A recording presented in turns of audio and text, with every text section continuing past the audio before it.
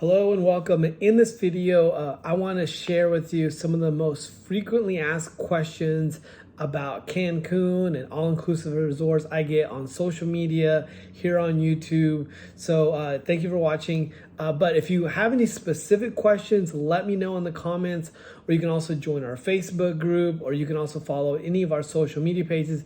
And even here, our YouTube page, I try to review as many restaurants, hotels, try to give as many tips as I can about travel in Cancun. So let's get started. So the most common questions I get that I can't even answer are about the seaweed and the weather. Let's get started with the seaweed first. So the seaweed is a newer phenomenon that's only been coming around for the last couple of years. People say it's because of global warming, it's because there's too much nitrogen in the water, because the hotels are dumping, septic or whatever. There's just all kinds of stuff. Nobody really knows what it's from. The hotels will say it's coming from Brazil. I mean, it's nobody really knows where the seaweed's coming from, but it is very, even though the Riviera Maya is literally miles and miles of beach, tons of it come to the beach daily. So people do have a lot of questions about it. And until the local people, the local restaurants, the hotels, and the people in general start to utilize it for something positive, it's going to be a nuisance. So I live here in Houston, and if you read about the original pioneers of Houston, they said it was uninhabitable because there was oil everywhere, which is absolutely absurd, because now we use oil for gasoline, we use it for plastics. I mean, we use it for so many different products. But 150 years ago, or whenever it was, when Houston was first discovered, or trying to be, when they tried to start it, there was just oil everywhere. Literally, it was contaminating the land. They said it was just polluting everywhere. You would start to dig a hole and oil would come up. And so that's really what people are saying about seaweed right now. Like right now, people are like, oh my God, the seaweed, it stinks. There's literally dozens of usage of seaweed. They just haven't started doing that. So if you're an entrepreneur, or if you're a local business and you want to start using the seaweed for a positive thing, please do. That's actually one of my goals too, one of my dreams too, to do something positive with the seaweed, so people quit complaining about it. It's so annoying. But there's nothing I can do until, we start utilizing for a positive use. So like I said, there's literally dozens of things you can do with seaweed. Well, anyways, so let's get started with the next one. Also, the weather, guys, it's so unpredictable. People always ask about when's hurricane season, and I can't think of it off the top of my head, and I forgot to write this note earlier. But there is a hurricane season, guys. I was in Cancun for 2 years, and the first year was 2020, and I think there was 3 hurricanes and 3 tropical storms, and I don't know of any major injuries that happened. Yeah, power went out. Yeah, it knocked down some trees, things like that. But it wasn't that severe. And yeah, if you would have been on vacation, it probably would have sucked because it rained for, 2 to 3 to 4 days. But overall, and we all know hurricanes can be devastating. So I'm not trying to diminish the power of a hurricane. But the following year in 2021, 2021, they said it was going to be even worse. They said it was going to be the worst. It was going to be worse than 2020. And I don't remember any that came through. And then also in 2022, I don't think any came through. So guys, they're completely unpredictable. And same with the weather, even though it may say 100% chance of rain during your vacation stay, that may mean like 5 minutes of rain. But they have to put 100% because there's that 100% chance that's going to rain for 5 minutes. So if you've ever been to Miami, if you've ever been to Hawaii, you know that sometimes it just rains, or anywhere. I mean, it rains a lot of places. It'll say a certain percentage that it's going to get rain, but it may only rain for 5 minutes. So don't let that slow down your desire to come to Cancun or Riviera Maya or go. Don't let it bother you. I also get asked a lot about is Mexico safe? Are all-inclusive resorts safe? And guys, they spend a lot of money on security. and they try to make Cancun as safe as they possibly can, understandably, because it's one of the top tourist destinations in the world and one of the biggest money producing assets for Mexico. So they try to make it as safe as possible. Yeah, there's going to be stuff that happens every now and then, and yeah, when something happens, it's going to be all over the news. But guys, there's literally millions of people that go to the Riviera Maya each and every year, and a very small percentage of things happen. I live in Houston. If you watch the news, literally every single day there's a murder, there's a carjacking, there's a home invasion every single day. And it's not on national news. There's not travel alerts not to go visit Houston. You get none of that. But for some reason, Mexico has this negative stigma, has this negative vibe that people want to put out. But I think I feel safer in Cancun than I do in Houston. So I don't know. Whatever. Take that for whatever it's worth. But if you do have any concerns, I always recommend getting private transportation picked up from your from the airport directly to your hotel. That's the safest way to do it. You also don't have to barter with the people there or the tourists there.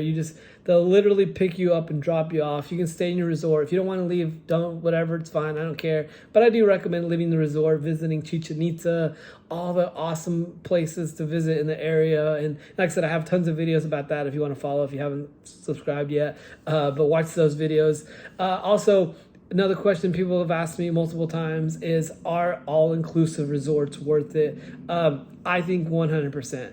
And here's what I tell people. I go, find a budget you're comfortable with, whatever that dollar amount is. First of all, if you go out to Houston, if you go out to dinner in Houston, you're going to spend $200-300. Okay, let's just back it down. Minimum, you're going to spend $100 anywhere you go.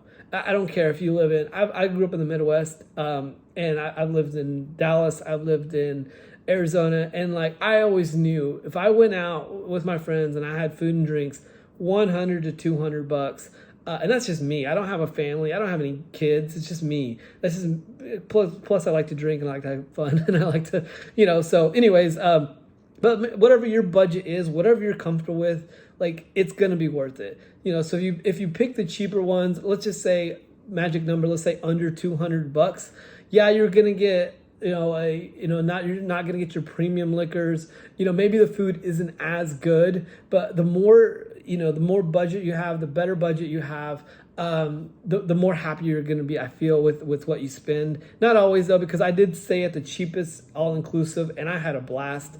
I thought the food was fairly good. I mean, it was better than a lot of the restaurants I've been to in Cancun. So, and that was the cheapest all-inclusive in Cancun. And I've stayed at some nicer ones. I've stayed in the $300 to $500. I still don't think I've stayed at one that's over $500 a night, but maybe soon, hopefully. But yeah, that's kind of my limit. Like I'm like, I don't want to spend over $300. Like, but whatever you're comfortable with, do that, and I promise you it'll be worth it. You'll love every minute of it. And that's what I was going to say too, guys, about all-inclusives. If you're looking at it like a 24-hour buffet, then yeah, you might think, well, this wasn't worth it. The food wasn't that good. But if you think about all the amenities, all the activities, just the feeling of being completely free, knowing everything is paid for, knowing that that you don't have to worry about anything is definitely something everybody has to experience at least once in their life. And then I've also been asked questions before I get into the next one. I've also been asked questions about, who has the best food, which all-inclusive resort has the best food, or, which all-inclusive, has best for adults. Like, guys, if you ask 10 different travel agents, you're going to get 10 different answers. Like there is no clear-cut answer. It's literally comparing apples to apples. Like it's but there are resorts that are, if you just literally Google best all-inclusive for adults, there's going to be 10 different resorts that pop up. Or if you put, best all-inclusive for families, 10 different ones are going to pop up. So you will literally compare apples to apples, and you would have to probably throw a dart at the wall and pick one because they're all pretty good. So, but yeah, that's all I have to say about that. But the next thing I was going to talk about is I've heard some people ask about tipping at all-inclusives. Like, do you have to tip? Okay, you never have to tip in Mexico or in all-inclusive resorts. Let me scale that back, because obviously if you go to a restaurant, it is nice to tip, but also the employees, the people aren't as 100% dependent on it, like here in the United States. I've been a server before. I know that if you don't tip, like, I'm going to be pretty upset, because, you know, they get $2 an hour. In Mexico, the income that they make, it is a livable wage. Maybe you and I may not agree to it that it's a livable wage, but most people are able to live off of just their salary. And then obviously the tips are welcome. But for instance, I just came back from Cancun last week, and it was a six night stay.